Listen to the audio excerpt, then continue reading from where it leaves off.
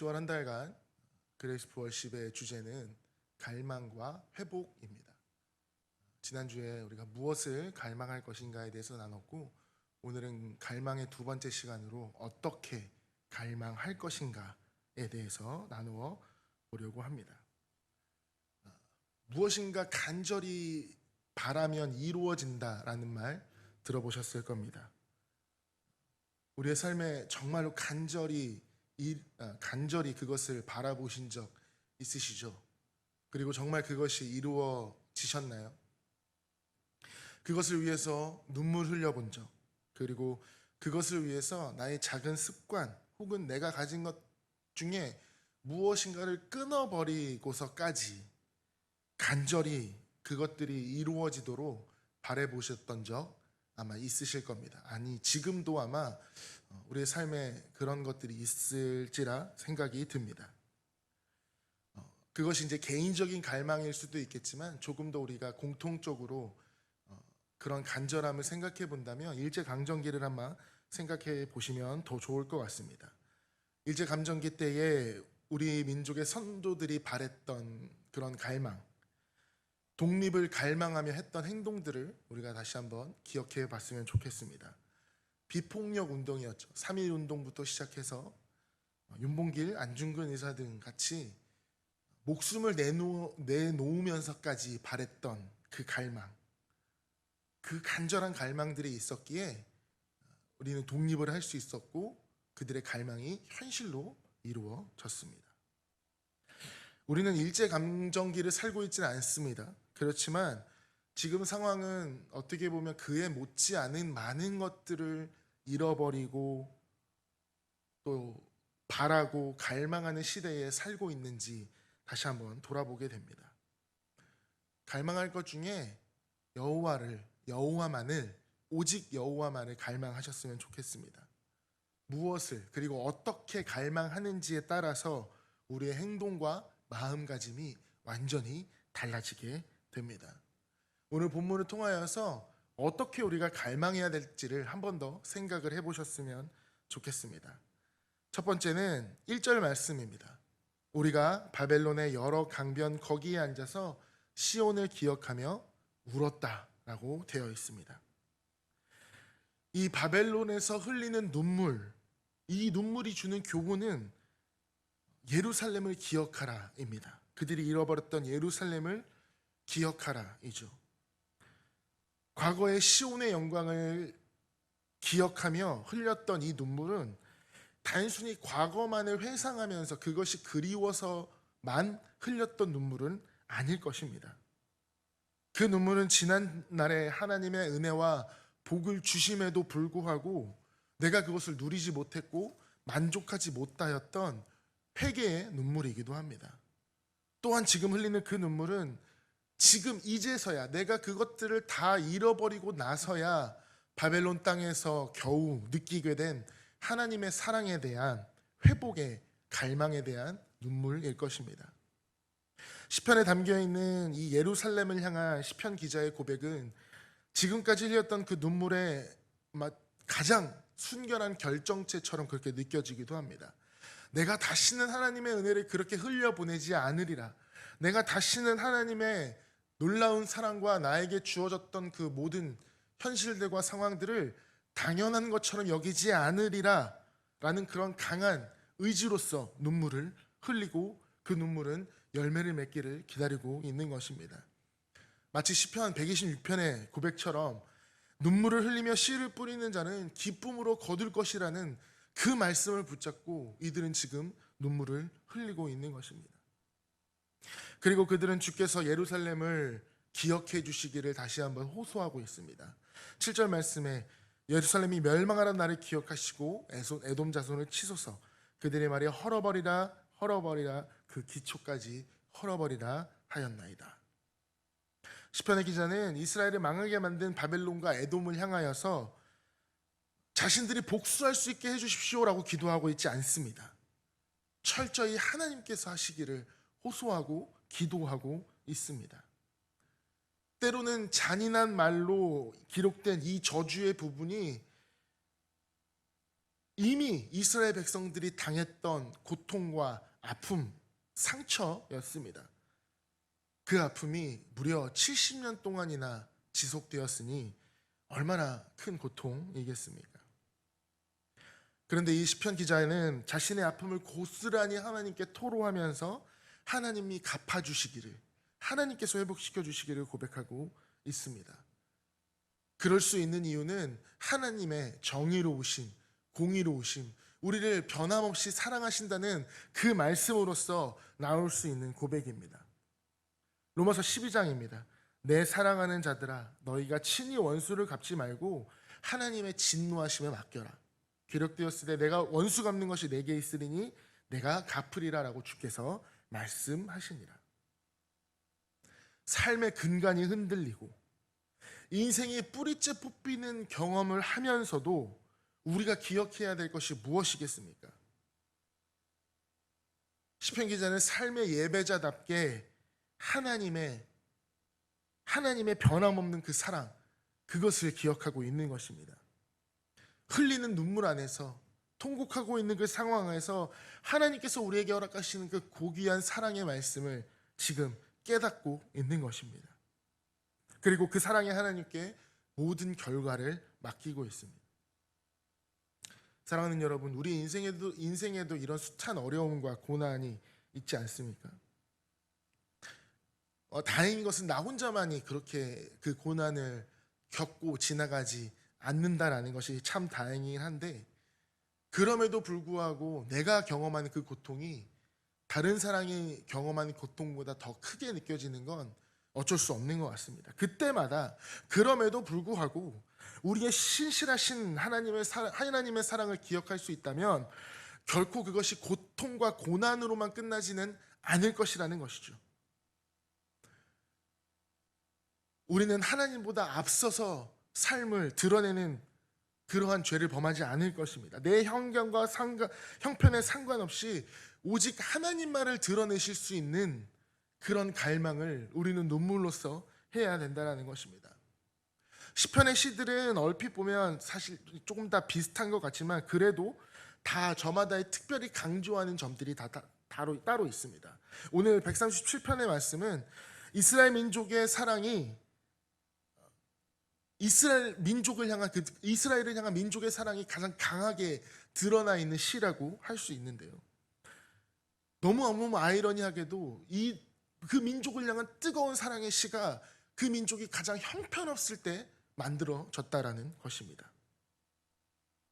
지금 이들이 앉아있는 강변, 이 바빌론 강변, 자기네 나라도 아니고 포로로 잡혀온 그 나라의 강가에 앉아서 울고 있습니다. 바빌론은 이스라엘 남왕국을 멸망시킨 나라입니다. 물론 북왕국은 남왕국보다 훨씬 더 먼저 멸망을 했죠. 그러니까 남쪽이 멸망을 당하면서 이스라엘은 그야말로 완전한 멸망을 경험을 한 것입니다. 그런데 이 시에 나오는 사람들이 자기들이 그 바빌론 여러 강변에 앉아서 시온을 기억하며 울고 있다고 이야기를 합니다. 이게 무슨 뜻이죠? 실제로 바빌론이 이 왕국을 멸망시킬 때 단순히 나라만을 멸망시키는 것이 아니라 많은 이스라엘 사람들을 포로로 잡아왔다라는 것입니다. 그러니까 오늘 말씀에 나오는 사람들은 자기 나라가 멸망을 당하고 낯선 바벨론의 포로로 잡혀온, 어떻게 보면 이제 그들에게 있어서 자유 혹은 그 자신의 삶이라는 건 더 이상 기대할 수 없을 만큼의 인생의 마지막을 경험한 사람들이라는 것입니다. 남왕국을 바빌론이 멸망시키면서 예루살렘 성종도 무너뜨렸습니다.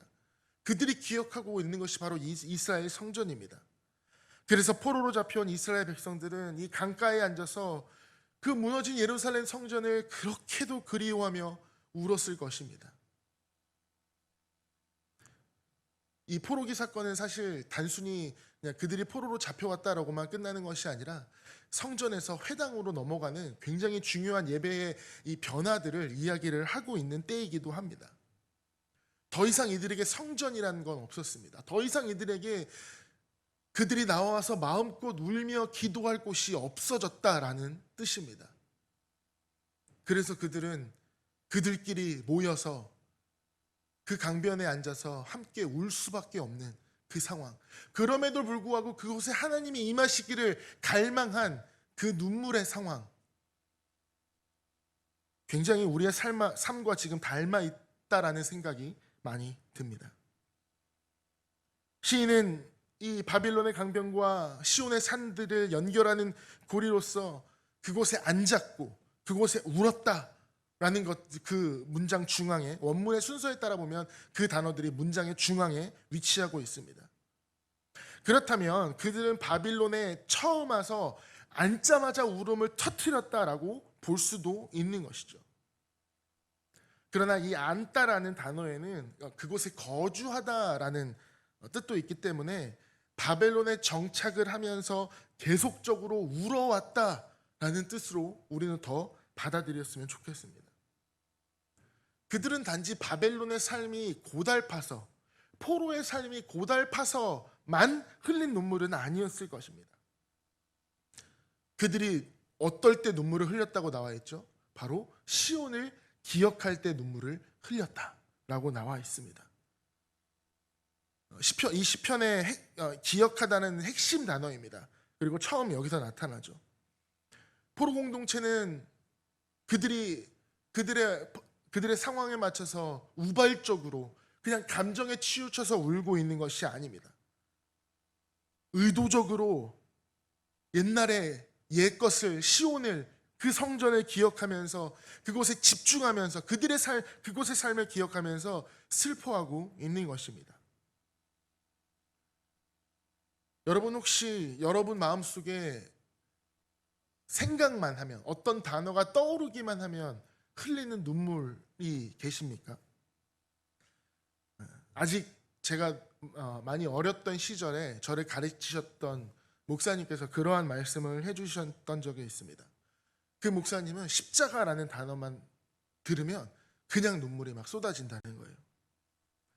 그 얘기를 하시면서 어린 저희들한테, 너희들은 아직 그런 경험을 할 수 없겠지만 너희들이 지금부터 신앙을 잘 쌓고 믿음 생활을 열심히 하고 튼튼해지면 너희도 분명히 그 십자가라는 단어만 듣고도 눈물이 흐르는 그날이 분명하게 올 것이다 라고 저희에게 예언을 하셨습니다. 그리고 그 예언은 정확하게 맞았죠. 시간이 지나 말씀과 기도에 집중을 하고 나의 삶에서 이제 더 이상 하나님과 십자가와 예수 그리스도를 떨어뜨려 놓고서는 살 수 없는 그 순간이 다가오자 정말 거짓말처럼 십자가라는 단어가 듣기만 해도, 보이기만 해도 눈물을 흘렸던 그런 때가 분명히 왔습니다. 그리고 그 눈물은 이제 갈망으로 변하고 있습니다. 우리 생에 단 한순간만이라도 십자가, 예수 그리스도, 하나님, 이런 것들을 잃어버린다면 살 수 없을 정도로 우리의 삶은 변했습니다. 사랑하는 여러분, 혹시 여러분의 눈에 눈물이 마르셨습니까? 우리가 땅을 밟고 있지만 우리의 시선은 어디를 향해야 되는지 다시 한번 기억해 보셨으면 좋겠습니다.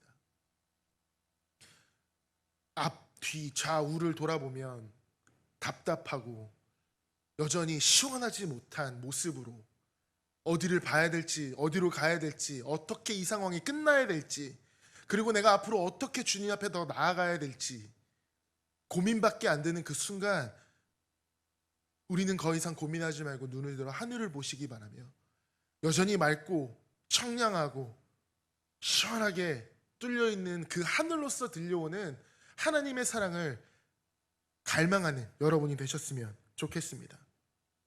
이스라엘 백성들은 두 번째로 이렇게 갈망하고 있습니다. 2절의 말씀입니다. 그 중에 버드나무에 우리가 우리의 수금을 걸었다. 이스라엘 백성으로서는 바벨론이 자기 민족을 멸망시키고 성전도 무너뜨리고 많은 사람을 포로를 잡아오는 것만으로도 얼마나 억울한 일이겠습니까? 그런데 바벨론의 악행은 여기서 끝나지가 않다라는 것이죠. 바벨론의 사람들이 자기들을 위하여 기쁨의 노래를 부르라고 강요하라는 것입니다. 더구나 그들이 요구하는 그 노래 자체가 시온의 노래 중 하나라고 하나님을 향한 노래인데, 그 노래를 하나님을 향한 노래가 아니라 인간을 향한, 자기들을 잡아온 그 바벨론 사람들을 향해서 노래를 부르라고 하니 이스라엘 백성들의 마음이 어떻겠습니까? 사실 이들이 강변 강가에 앉아서 울기만 했을까요? 아마 모여서 예배 드리지 않았겠습니까? 그 예배 안에 분명히 찬양도 포함이 돼 있었을 것입니다. 그러니까 수금을 가지고 왔겠죠. 포로로 잡혀온 이스라엘 백성들은 하나님께 자신들의 형편과 처지를 호소하기 위해서 찬양을 드릴 필요가 있었습니다. 그렇게 어떻게 해서든지 시간을 내서 하나님께 예배드리고자 했던 그 사람들의 마음입니다. 그런데 이스라엘 백성을 포로로 잡아온 이 바벨론 권력자들이 이스라엘 백성이 무엇 때문에 찬양을 하는지를 생각하지도 않고 그저 그들이 노래를 하고 있으니 그 노래 자기들을 위하여 부르라 라고 조롱하고 있는 것입니다. 그것도 그냥 노래가 아니라 시온의 노래, 여호와의 노래를 불러라. 다시 한번 말씀드리지만 여호와의 노래, 시온의 노래는 하나님을 향한 노래입니다. 결코 인간의 즐거움을 위한 노래가 아니라는 것입니다. 그런데도 바벨론의 권력자들은 하나님을 찬양하는 노래를 자기들을 위하여 불러달라라는 표현도 되게 좀 겸손하죠. 불러라 라고 이야기를 하고 있습니다. 이스라엘 백성으로는 아무리 자기네 나라가 멸망당하고 포로로 잡혀온 자들이라 할지라도 그들의 요구를 들어줄 수가 없었습니다. 그래서 그들이 취한 행동, 바벨론 권력자들의 요구에 그들의 취한 행동이 바로 나무에 그들의 수금을 걸어버린 것입니다. 하나님을 찬양하는 노래로 바벨론의 권력자들을 위해서 부르는 것은 하나님을 모독하는 일이었습니다. 그렇기에 아예 자신들은 노래도 하지 않겠다, 수금을 연구하지 않겠다, 하나님을 찬양을 사람을 향한 노래로 부르지 않겠다, 그 강한 의지의 표현을 걸어놓는 것이지요. 그리고 5절 6절의 말씀에 그들의 수금을 걸어놓는 것만으로 그치지 않았습니다. 예루살렘아, 내가 너를 잊을진대 내 오른손이 그 재주를 잊을지로다. 내가 예루살렘을 기억하지 아니하거나 내가 가장 즐거워하는 것보다 더 즐거워하지 아니할진대 내 혀가 내 입천장에 붙을지로다. 수금을 걸어놓는 것으로 그치지 않고 수금을 연주하는 오른손의 재주를 잃어버리는 것이 더 낫겠다라고 이야기를 한다는 것입니다. 내가 예루살렘을 마음껏 찬양하지 못한다면 그럴 바에 그냥 내 혀가 내 입천장에 붙어서 아무것도 못하는 것이 더 낫겠다라는 강한 결단을 이야기를 하고 있는 것입니다.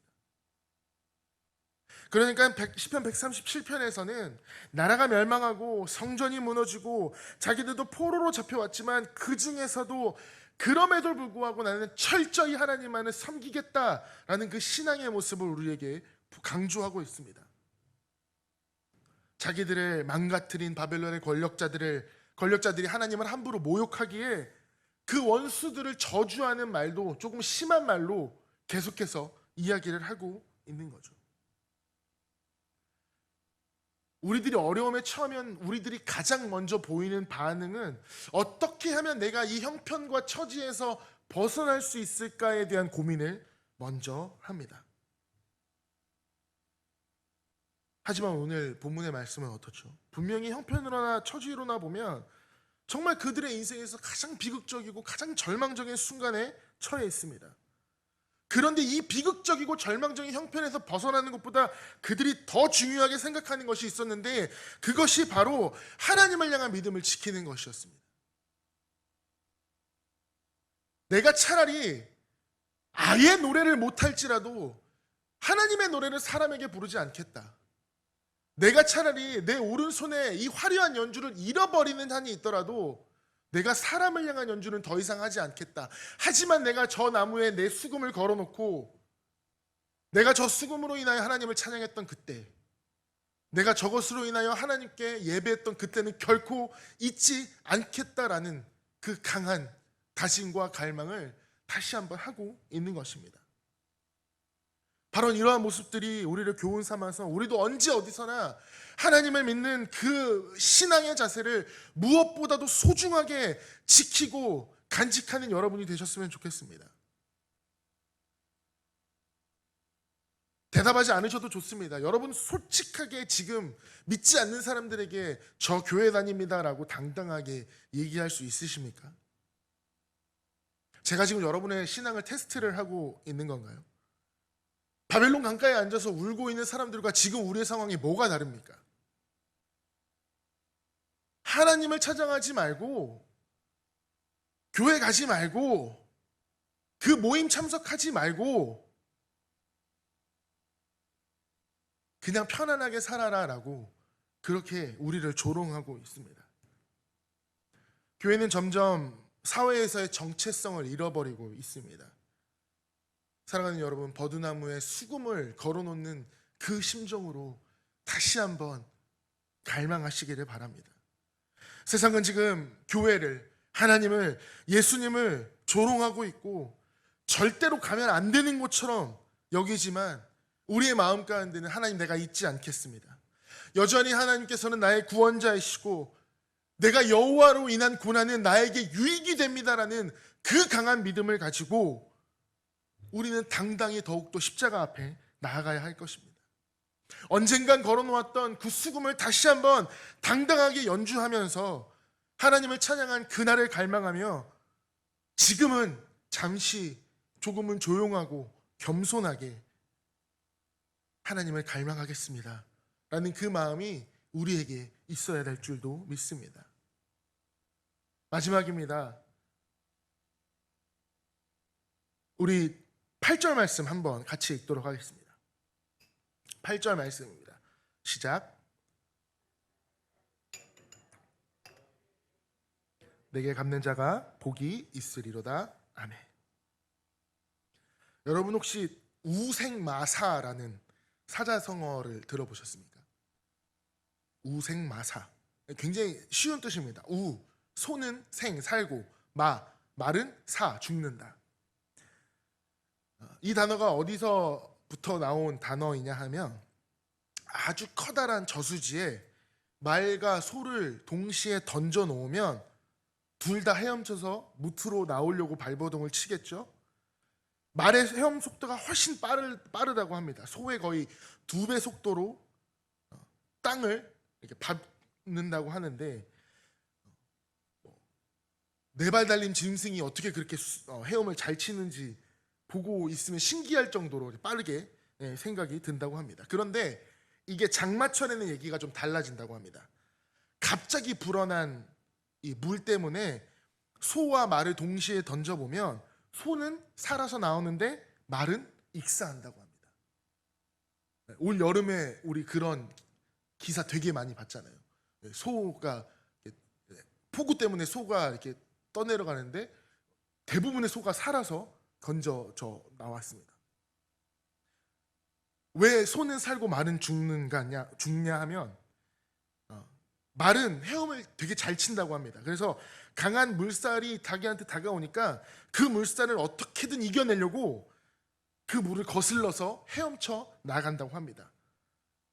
근데 이 물살이 워낙 세다 보니까 1m 전진하다가 물살에 떠밀려서 10m 뒤로 가고, 또 1m 전진하다가 물살에 휘둘려 또 뒤로 가고, 전진하고 후퇴하고 전진하고 후퇴하고를 반복하다가 힘이 빠져서 익사한다고 합니다. 한 20분 정도 열심히 그렇게 제자리 헤엄만 하다가 죽는다고 합니다. 그런데 소는 절대로 그 물살을 거슬러 올라가지 않는다고 합니다. 그냥 그 물살을 등에 지고 같이 떠내려 갑니다. 저러다가 죽는 거 아니야? 라고 생각이 들겠지만 천천히 10m를 떠내려 간다면 그 와중에 1m는 전진을 하는 거죠. 그리고 또 10m를 떠내려 간다면 그 중에 1m를 또 전진한다고 합니다. 그렇게 떨어진 곳에서 그러니까 물에 빠진 곳에서 2에서 3km 정도 떨어진 곳에 가면 소는 자연스럽게 살아서 걸어올 수 있다라고 합니다. 굉장히 신기한 일이죠. 헤엄을 2배나 잘 치는 말은 물살을 거슬러 올라가다가 힘이 빠져서 죽어버리고, 소는 그 물살에 편승해서 조금씩 강가로 나와서 목숨을 건진다.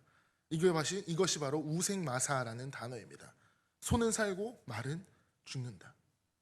이 우생마사라는 단어하고 여호와를 갈망하는 것이 무엇이 어떤 연관이 있는지 조금 의아한 생각이 드실 수도 있겠습니다만, 우리가 다시 한번 말씀을 천천히 한번 살펴보겠습니다. 이들이 어떻게 갈망을 하고 있죠? 강변에 앉아서 시온을 기억하면서 울고 있습니다. 버드나무에 그들의 수금을 걸어 놓았습니다. 그리고 하나님께 기도하고 있죠. 내가 우리에게 행한 대로 내게 갚는 자가 복이 있으리로다. 시인은 포로 생활 가운데에 고향의 노래를 부르기를 거절하고 대신 강변에 앉아서, 고향 땅에 앉아서 이 시편 137편 새로운 노래를 하고 있습니다. 이 노래 가사, 바벨론이 멸망하기를 바라는 가사입니다. 입에 입으로 번져서 포로로 잡혀온 그 백성들에게 새로운 노래가 된 것입니다. 그러니까 이것은 시온의 노래가 아니라 바벨론 강변 강가의 노래라고 부를 수도 있는 것이죠. 이들의 소망이 여기에 담겨져 있습니다. 바벨론의 멸망. 이스라엘 백성들이 몇 년 만에 돌아가죠? 70년 만에 돌아갑니다. 그들의 소원, 이 노래가 70년 만에 이루어진 것입니다. 바벨론 강변의 노래를 부른 자들의 노래가 새로운 역사를 창조한 것입니다. 하지만 우리 하나님께서는 이 노래에 대한 답을 정확하게 이렇게 주지 않으셨습니다. 페르시아에게 이 바벨론이 멸망당할 때 무혈, 피 흘림 없이 페르시아가 바벨론을 점령해버립니다. 여러분, 이것이 하나님의 은혜입니다. 우리가 어려움 가운데서는 분노하여서 이렇게 이야기할 수 있습니다. 이렇게 외칠 수 있습니다. 이렇게 간구할 수 있습니다. 하나님 그거 다 들어주십니다. 다 이해하십니다. 하지만 여전히 하나님은 한 영혼을 사랑하신다는 거죠. 이 원수의 분노가, 이 원수의 결론이 악의 순환이 되고, 그 순환이 계속해서 이루어져서 악의 순환을 원치 않으시는 하나님의 모습을 우리는 기억해야 됩니다. 페르시아가 바벨론을 무력으로 점령했다면 그 포로된 이스라엘 백성들이 살아날 수 있었을까요? 우리는 하나님의 역사하심을 우리의 억울한 순간에도 바라보아야 합니다. 그때에도 우리는 하나님을 찬양하고 갈망해야 합니다. 그 기쁨이 우리를 하나님께로 돌이킴을 훨씬 더 배가시켜 줍니다. 그리고 이 기쁨이 오늘 우리에게 있기를 소망합니다. 우리 민족 참 소와 같은 민족입니다. 겉으로는 굉장히 빨리빨리하고 뭐든지 잘해서 말과 같다라고 그렇게 생각이 판단될지도 모르겠지만, 우리가 조금 멀리 보고 크게 보았을 때 우리 민족은 참 물에 빠진 소와 같은 성향을 가집니다. 물살을 거스르려고 하지 않고 흐르는 대로 몸을 맡기죠. 그리고 천천히 앞으로 나아갑니다. 우리에게는 분명한 이러한 믿음이 필요합니다. 하나님께서는 분명히 답을 가지고 계시고 하나님의 때에 분명히 그것을 이루어 주시려고 준비를 하고 계신다는 것입니다. 우리는 그것을 기대하며 묵묵히 오늘의 우리의 은혜의 자리를 지키고 나아가야 합니다. 우리가 분명히 알아야 될 것은, 우리가 그리고 분명히 해야 할 것은 갚아주시는 자, 이 갚아주시는 자가 언젠가 오실 그 주님이라는 사실을 깨달았고 포기하지 않고 갈망해야 합니다. 하나님께서 우리에게 좋은 것을 묵상하라라고 하셨고, 또 우리가 넘어진 자리, 쓰러진 자리, 절망의 자리를 기억하지 않겠다라고 하셨지만 우리는 기억해야 합니다. 우리는 그것을 기억하고 하나님 앞에 나아가야 합니다.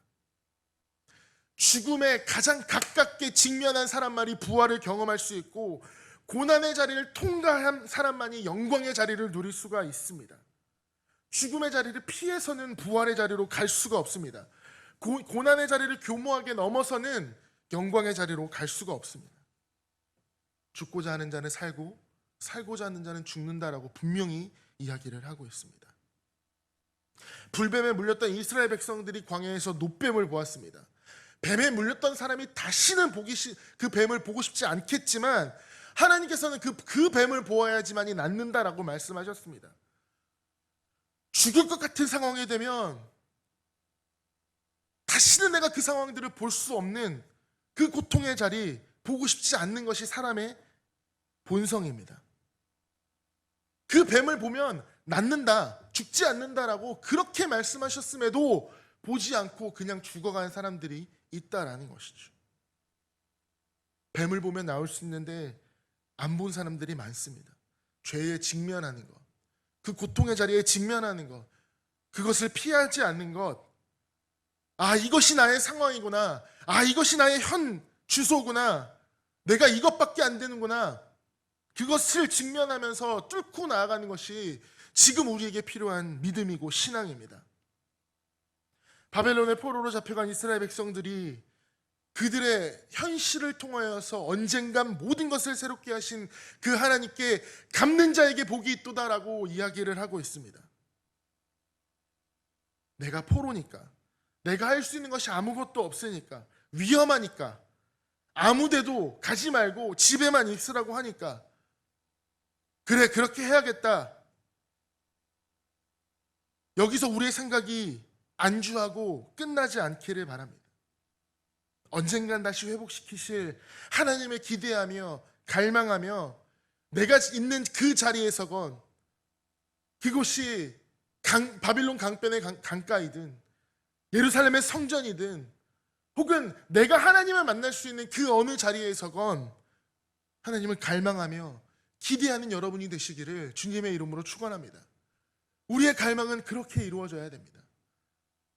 눈물로써 내가 가장 잘하는 것을 지금 잠시 끊어낸다 할지라도 하나님을 잊지 않고 나아가며 그리고 언젠간 다시 한번 갚아주실 그 하나님을 나의 자리에서 끊임없이 갈망하고, 다행인 것은 그 바벨론 강가에 앉아서 운 사람이 한 명이 아니라는 거죠.